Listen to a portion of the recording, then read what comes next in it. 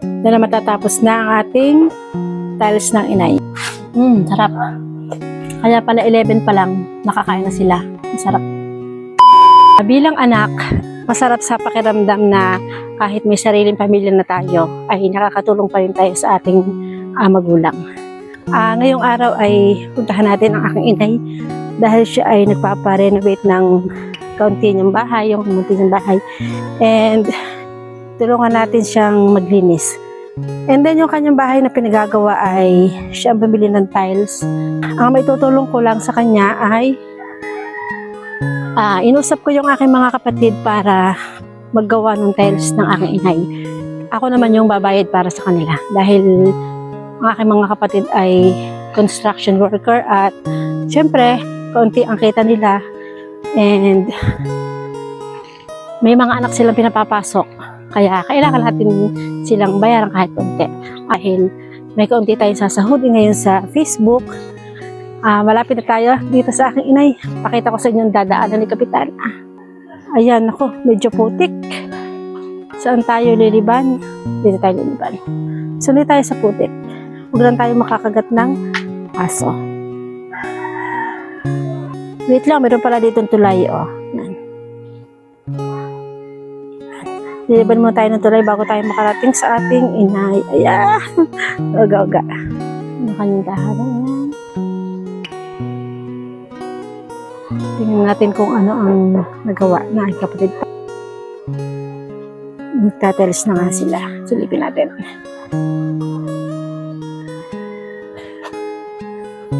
Wow, maganda na.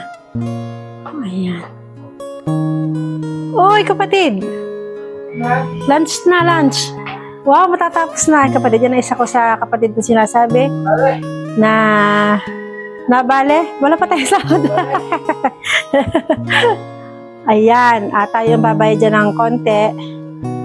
Pag tayo nakasahod, pero wala pa tayong sahod.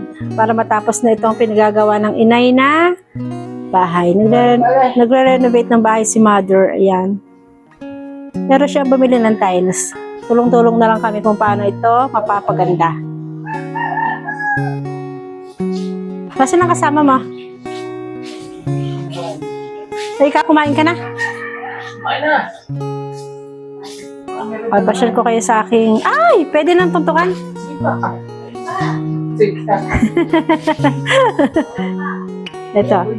Ito ang ating... Ang kanyang lababo. Ay, ganda diba?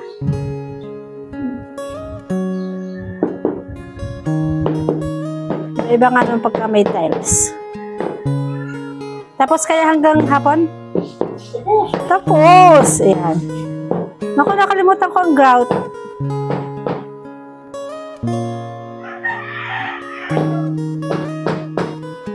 Nagluto daw ang aking ate ng wow! Nilagang baboy.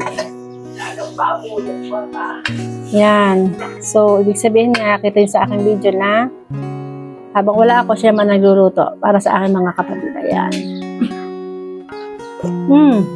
Sarap. Madami pa ang bahay ng inay. Pero tutulungan ko siyang linisin to after na magawa to. Na matatapos na ang tiles ng inay. Yan. Pinagtulungan na ng magkapatid. Ayan, hanggang dito na lang ang ating vlog, ang ating mini vlog.